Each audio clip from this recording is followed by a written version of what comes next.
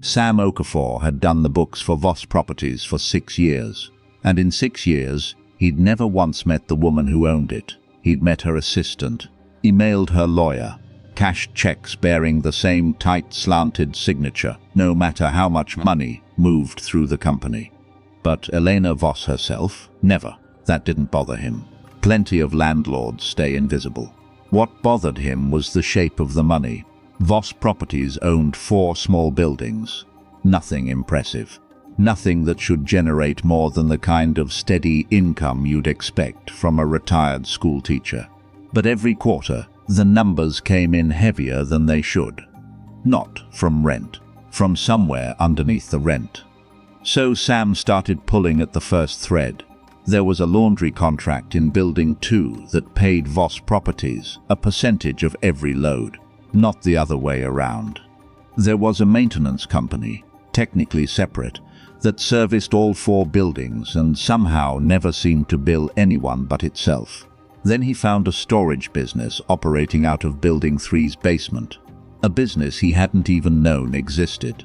Its tax filing was buried 3 folders deep, under a name that wasn't Voss. Each piece on its own looked like nothing.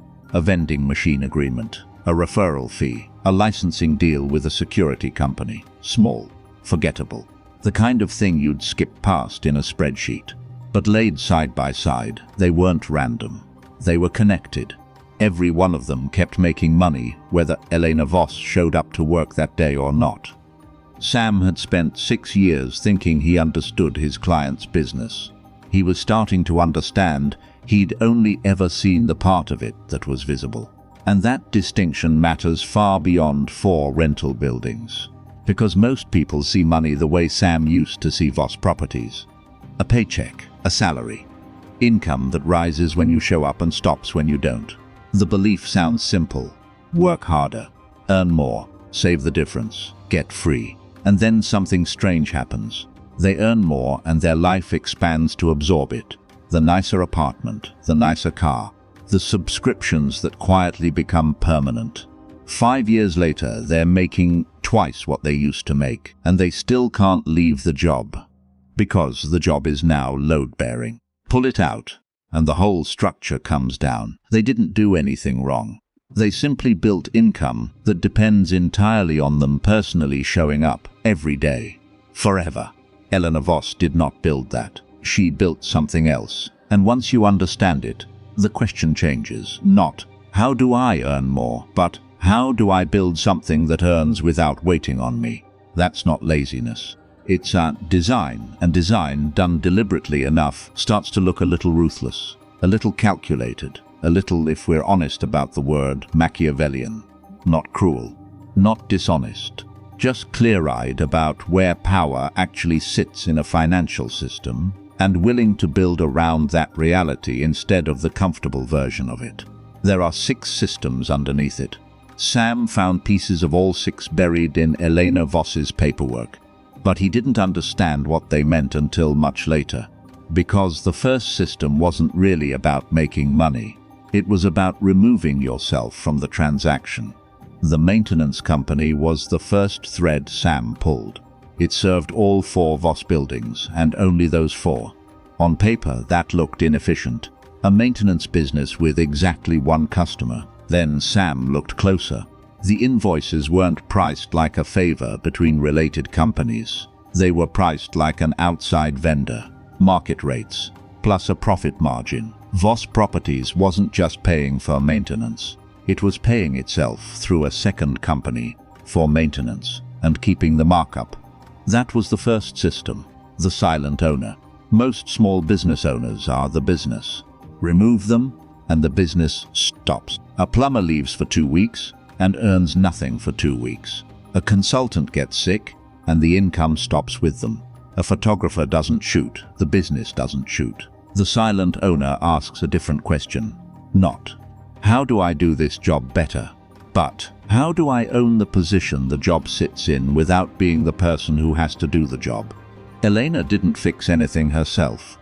She didn't even hire the maintenance staff directly. She owned the company that stood between the buildings and the workers. That company collected a margin on every hour of labor that happened, whether she was in the building, in the city, or on a beach somewhere with her phone turned off. And notice what she actually changed.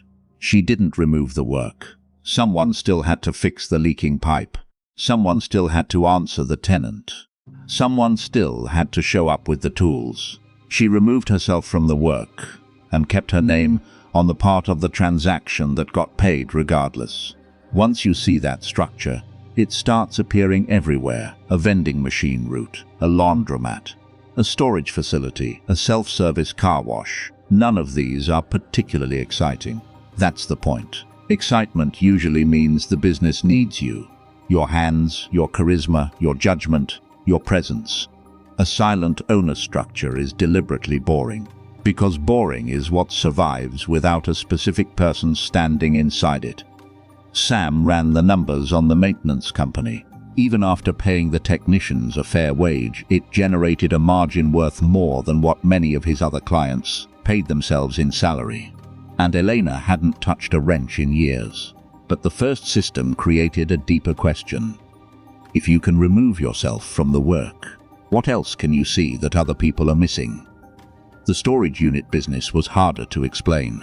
On paper, it made no sense. Everyone knew what storage units rented for. The market was obvious. The prices were visible. So why was the basement operation in Building 3 pulling in almost 40% more per square foot than comparable listings? It took Sam a week to figure it out. The units weren't rented by the month. They were rented by the week. To people between apartments, people in the middle of renovations, contractors storing equipment for a single job, people who didn't want the cheapest possible rate. They wanted flexibility, and they'd pay for it. Nobody else within 5 miles was offering it.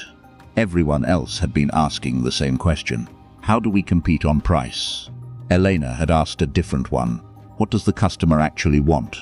That was the second system, the asymmetric edge. It isn't about working harder than everyone else. It's about knowing something the rest of the market hasn't figured out yet, and building around that gap before it closes. This is where intelligent people often make an expensive mistake. They research an opportunity until they have total certainty. They map every competitor, calculate every risk, predict every possible outcome. They wait until the idea feels safe. But by the time an opportunity feels that's safe, everyone else has usually found it too. And the margin is gone. The real edge lives in the uncomfortable middle. Enough information to believe something is true. Not enough certainty for it to already be obvious. Elena didn't have secret data. She paid attention. Former tenants kept asking about short-term storage, she noticed. Then she built around the question everyone else had ignored. And that's what makes a real edge so fragile. An edge, by definition, cannot belong to everyone. The moment an advantage becomes common knowledge, it stops being an advantage. It becomes the market rate, which means real wealth sometimes requires a strange kind of discipline. You don't announce what you've noticed. You use it. But at this point, it's easy to misunderstand the lesson. You might think this is a video about clever little businesses. Vending machines, storage units, side income. It isn't. Those businesses were never the point. Something deeper connected them. Elena wasn't collecting income streams. She was collecting positions. Spots inside transactions where money had to pass through her structurally, whether she was present or not. The maintenance company wasn't valuable because it fixed pipes. It was valuable because money spent maintaining those buildings had to move through a company she controlled first. The storage business wasn't valuable because storage is inherently profitable. It was valuable because she'd identified a need nobody else was positioned to serve, then placed herself in the middle of it before anyone noticed. Once you see money that way, the 6 systems stop looking like 6 tricks. They become 6 answers to one question. Where does the money have to pass? And can I own that spot? That's why the word Machiavellian belongs here. Not because the strategy is dishonest, because it is clear-eyed. It looks at how power actually moves through a system. Then it builds around that reality. And the third system makes that idea much more obvious. The security arrangement was buried the deepest. It was also the one that made Sam stop and reread the entire audit from the beginning. A local company installed and monitored security systems in all 4 buildings.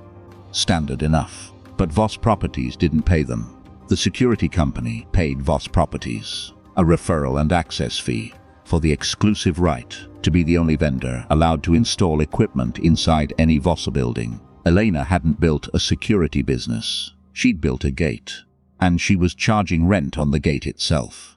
The third system was the toll bridge. It's one of the oldest forms of leverage there is, because it doesn't require you to produce the thing everyone wants. It requires you to control access to it. A landlord who owns the only parking structure near a stadium isn't really selling parking. He's selling the only path between 40,000 cars and one football game. A distributor who controls the only route a product can take into a region isn't really in the shipping business.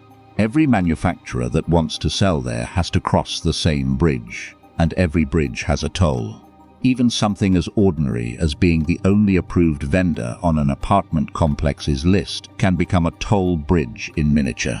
The plumber on that list isn't necessarily the best plumber in the city. He's just the only one allowed to cross. That's the uncomfortable part. Toll bridges aren't won by being the most skilled participant in the market. They're won by identifying the narrow point everyone else has to pass through, and getting there before the bridge has an owner. Once it does, being slightly better than the owner doesn't help you. You still have to pay the toll.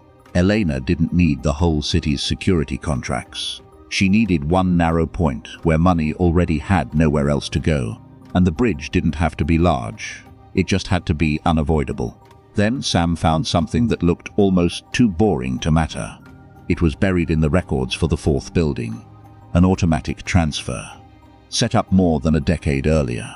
Every month, a fixed percentage of incoming rent moved into a separate investment account before it touched the operating budget. Sam almost skipped past it. It didn't look like a wealth system. It looked like a bank instruction. But when he traced the account back 10 years, the number sitting inside it was larger than the value of 2 of the 4 buildings combined. Not because Elena was an aggressive investor, because the transfer had never stopped, never been delayed, never been reconsidered. It happened before she could talk herself out of it. Every month, for more than a decade. That was the 4th system. The compounding silence. It's the easiest one to underestimate because it doesn't look clever, it looks boring. That's exactly why it works. Most financial advice treats saving like an information problem. Learn compound interest. Understand percentages. Know how much you should save. But information was never the real bottleneck. The real problem is that saving requires a decision, and decisions can be delayed, negotiated with. Lost to 100 small emergencies that all feel more urgent in the moment than money you're not planning to touch for 20 years. So Elena removed the decision. The money left before it could be debated. There was no willpower involved, because willpower was never the mechanism. Automation was. And here's where the system becomes calculated instead of merely responsible. Elena didn't automate what was left over. She automated what came off the top. First, before anything else got a chance to claim it, rent, insurance, maintenance, taxes, her own spending. All of it had to fight over what remained. The compounding silence went first every time. Everything else adjusted around it, not the other way around. 10 years of a percentage nobody had to think about had quietly become the largest single asset in the entire portfolio.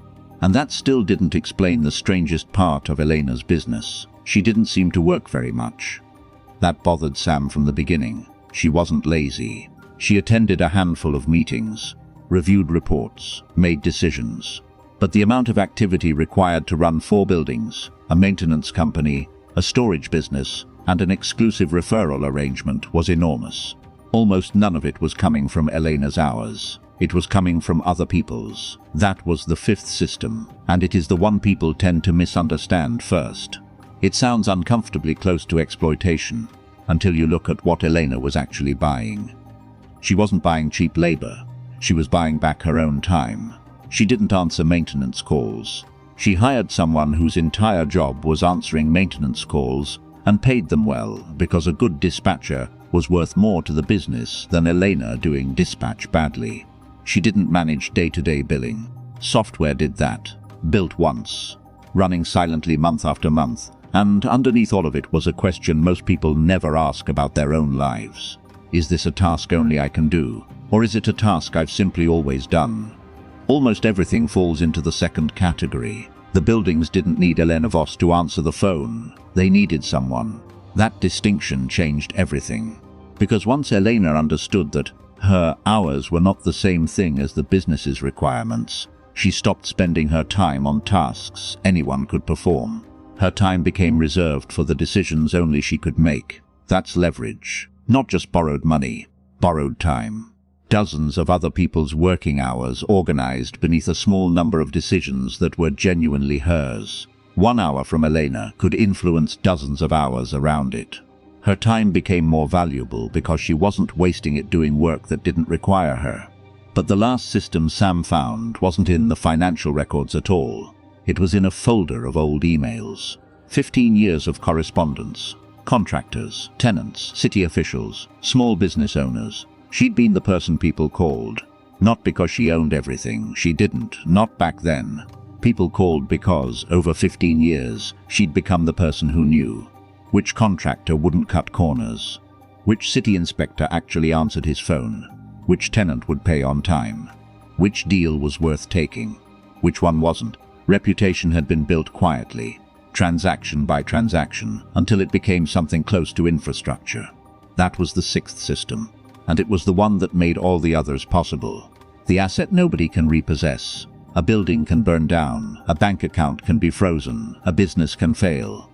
But real reputation survives almost everything else. The kind built on being reliably right, reliably fair, reliably competent, and it compounds in its own way. Every honest transaction adds a small amount of trust. That trust becomes the reason the next opportunity gets offered to you, before it gets offered to anyone else. That's why the exclusive contracts existed. That's why businesses paid Elena for access instead of demanding it. She wasn't a stranger asking for a favor. She was someone whose word other business owners had already tested, repeatedly, over years, and found solid. Most people treat reputation as something soft, something you protect after the real business is built. People who build lasting systems tend to see it differently. Reputation is the first asset, because it determines whether anyone lets you build the other 5, 6 systems. A silent owner that collects income without requiring your presence. An asymmetric edge that finds value before the market catches up. A toll bridge that charges for access instead of producing the product. A compounding silence that removes the decision from saving. Other people's time organized underneath a small number of decisions that actually require you. And a reputation asset that makes the entire structure possible. Separately, each one looks like a tactic. Together, they're something else. They're all answers to the same question. Where does control actually sit? And have I built anything that puts that control in my hands instead of someone else's? That's the difference. Not income. Control. The silent owner controls the position, not the labor. The asymmetric edge controls information before it becomes common knowledge. The toll bridge controls access. The compounding silence controls the decision before emotion gets a vote. Leverage controls the value of an hour.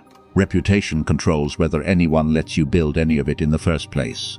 3 months into the audit, Sam finally met Elena Voss. He found her in a small office above Building 2, and he asked the question he'd been carrying since the invoices first didn't add up. Did you plan all of this? She thought about it longer than he expected.